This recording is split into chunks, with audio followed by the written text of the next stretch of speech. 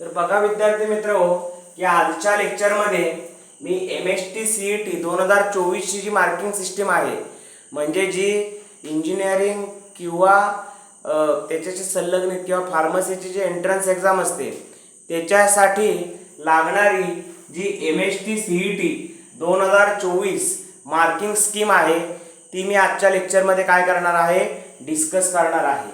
तर बघा की सुरुवातीला आपण जो कॉलम केला आहे त्यामध्ये आपण पेपर मेन्शन्स केले, त्यानंतर subject number of MCQ base on म्हणजे 11th च्या सिलेबसवर किती MCQ येतील, 12th च्या सिलेबसवर किती MCQ येतील, मार्क्स पर क्वेश्चन प्रत्येक प्रश्नाला किती मार्क असतील, टोटल मार्क किती असतील, ड्युरेशन इन मिनिट्स किती असतील ते सुद्धा आपण बघितलेलं आहे।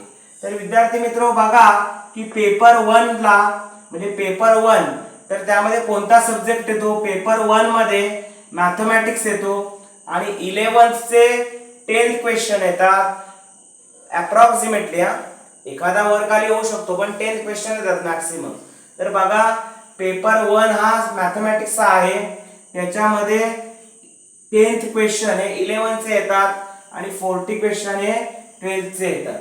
तर मार्क पर क्वेश्चन किती आहे, मार्क पर क्वेश्चन आहे बघा प्रत्येक प्रश्नाला मॅथ्सच्या मॅथमॅटिक्सचे पेपर 1 हा मॅथमॅटिक्सचा असतो। बघा पेपर 1 कसला असतो, पेपर 1 हा मॅथमॅटिक्सचा असतो आणि पेपर 1 हा मॅथमॅटिक्सचा असल्यामुळे प्रत्येक प्रश्नाला कळतंय 11वी साठी किती मार्क असतात, तर 11वी साठी मिनिमम 10 प्रश्न येतात, 12वी साठी 40 प्रश्न येतात आणि मार्क्स पर क्वेश्चन कसं असतं तर प्रत्येक प्रश्नाला मॅथ्स मध्ये 2 मार्क असतात, 2 गुणिले 50 तर टोटल मार्क्स किती होतात, 100 मार्क होतात आणि ड्युरेशन इन मिनिट्स किती वेळ असतो तर 90 मिनिटाचा वेळ असलेला तुम्हाला पाहायला मिळेल।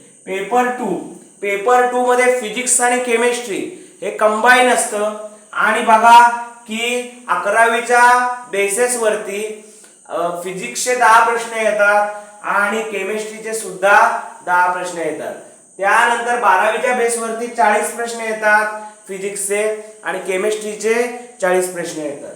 तर विद्यार्थी मित्रहो मॅथ्स मध्ये ईच क्वेश्चन हॅज 2 मार्क्स होतो, तर आता इथे फिजिक्स आणि केमिस्ट्री मध्ये प्रत्येक प्रश्नाला 1 मार्क असतो आणि अशा पद्धतीने प्रत्येक प्रश्नाला 1 मार्क असल्यामुळे 100 गुणिले 1 केलं तर आपल्याला किती मार्क्स होतील, 100 मार्क्स आणि ड्युरेशन इन मिनिट्स किती मिनिटं वेळ असतो तर 90 मिनिटं।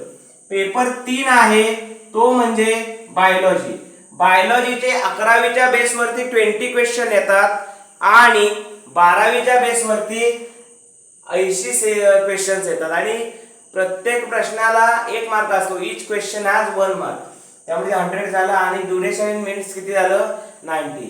विद्यार्थी मित्र बघा त्याच्यामध्ये मग 2 ग्रुप पडतात, एक म्हणजे तुम्ही PCM बघा पी आणि फिजिक्स आणि केमिस्ट्री सगळ्यांना कॉमन आहे, ग्रुप 1 झाला।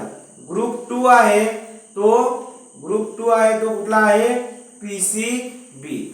काही लोक हे ग्रुप 1 आणि ग्रुप 2 दोन्हीला सुद्धा काय करतात, दोन्ही एक्झाम देऊन ठेवू शकतात।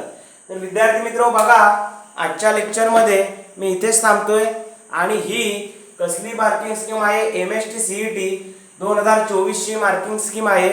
तर आजच्या लेक्चर मध्ये मी इथेच थांबतोय आणि बघा की MST CET ची सुद्धा आपण लेक्चर चॅनलवरती अपलोड करणार आहोत। या लेक्चर मध्ये मी इथेच थांबतोय, धन्यवाद।